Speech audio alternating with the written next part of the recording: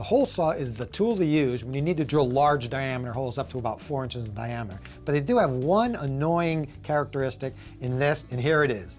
When you're drilling all the way through the board, the wood plug can often get stuck inside the hole saw, and it's very difficult to get out. Often you have to disassemble the entire hole saw to get it out. So here's a simple solution to avoid that. What you want to do is drill about halfway through the board.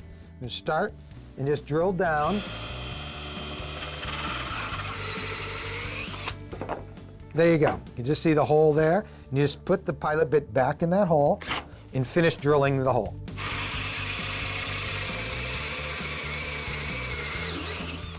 There you go. What happens is the plug is sticking out about halfway. You can usually pull it out by hand. If not, you can use a pair of pliers.